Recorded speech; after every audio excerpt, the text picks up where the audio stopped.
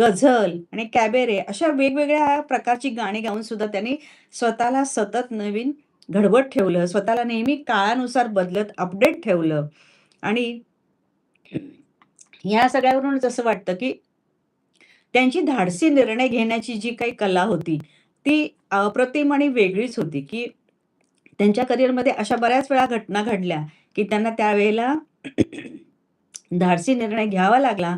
तो त्यांनी घेतला. कधी यश आलं, कधी अपयश आलं, पण त्यांनी ते पार पाडलं. सॉरी.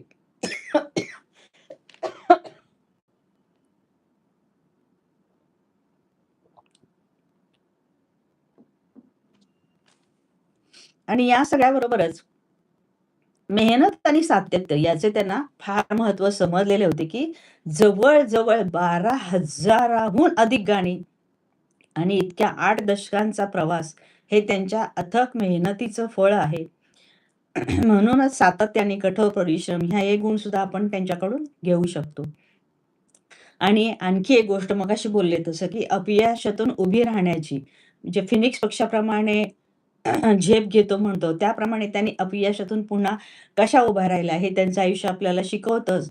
आणि त्यांची आवड आणि त्यांचं काम याचा संगम त्यांनी संगीतावरील प्रेम आणि काम याचा सुंदर मिलाप त्यांनी जो केला, जे आवडीनं केलं, ते यश मिळवायचं असेल, तर ह्या साधारण 6-7 गोष्टी आपण थोड्या लक्षात ठेवल्या आणि असं केलं, तर ते नक्कीच आपल्या सगळ्यांच्या आयुष्यामध्ये उपयोगी होईल, असं मला वाटतं. आणि ही अशी स्वर अशा मावळली, संगीत जगतात मोठी पोकळी निर्माण झाली. त्यांची गाणी सदैव गुंजत राहतील. त्या देशातीलच नाही तर संगीत विश्वातील सिद्धहस्त आणि प्रतिभासंपन्न पार्श्वगायिका होत्या आणि आपल्या अवीट स्वराने विविध संगीत प्रकार लिहिले. या गाण्याच्या क्षमताने त्यांनी संगीत रसिकांच्या अनेक पिढ्यांवर राज्य केले. विष्णुदेव अशा पद्धतीनं या आशा भोसले यांना माझ्याकडून मी श्रद्धांजली वाहते. आपल्या सर्वांनाच त्यांची जी हुरहूर लागलेली आहे, त्या हुरहुरीचं तर आपण आता काही करू शकत नाही. आणि जाता-जाता एवढंच सांगेन, की आशाबाईंची आवर्जून नमूद करावी अशी बाब म्हणजे मराठी संगीतातील त्यांचा वाटा. मराठी गाणी त्यांची ऐकल्यानंतर तर अरे बापरे! मला तर त्यांची इतकी गाणी मराठी आवडतात, इतकी आवडतात. अर्थात सगळीच आवडतात, पण त्यातल्या त्यात मला जास्त जवळ असणारी मराठी गाणी.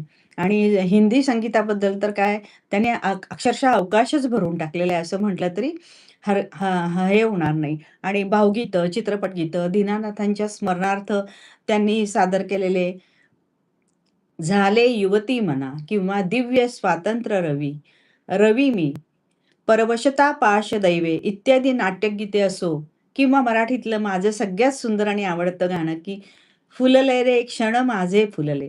अशासारख्या कलाकृती किंवा सुधीर मोघेंसारख्या, शांताबाईंच्या उत्तराधिकाऱ्याने फिरून नवी जन्मे नवी यासारखे अजरामर गीतं आणि आशा उद्याच्या डोळ्यात माझ्या फुलतील कोमेजल्या वाणी.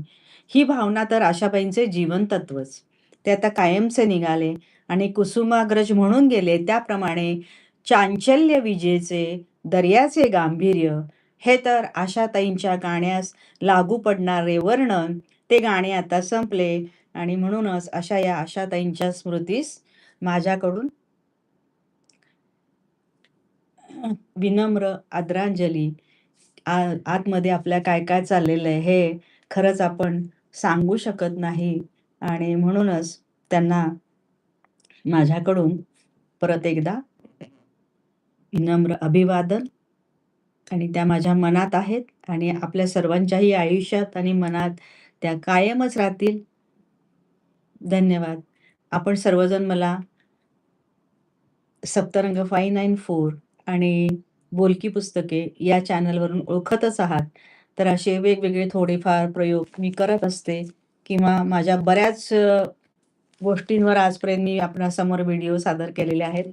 तर तुम्ही माझ्या चॅनलला जरूर भेट द्या. लाईक करा, सबस्क्राईब करा, शेअर करा, कमेंट करा. धन्यवाद. आता कसं करायचं?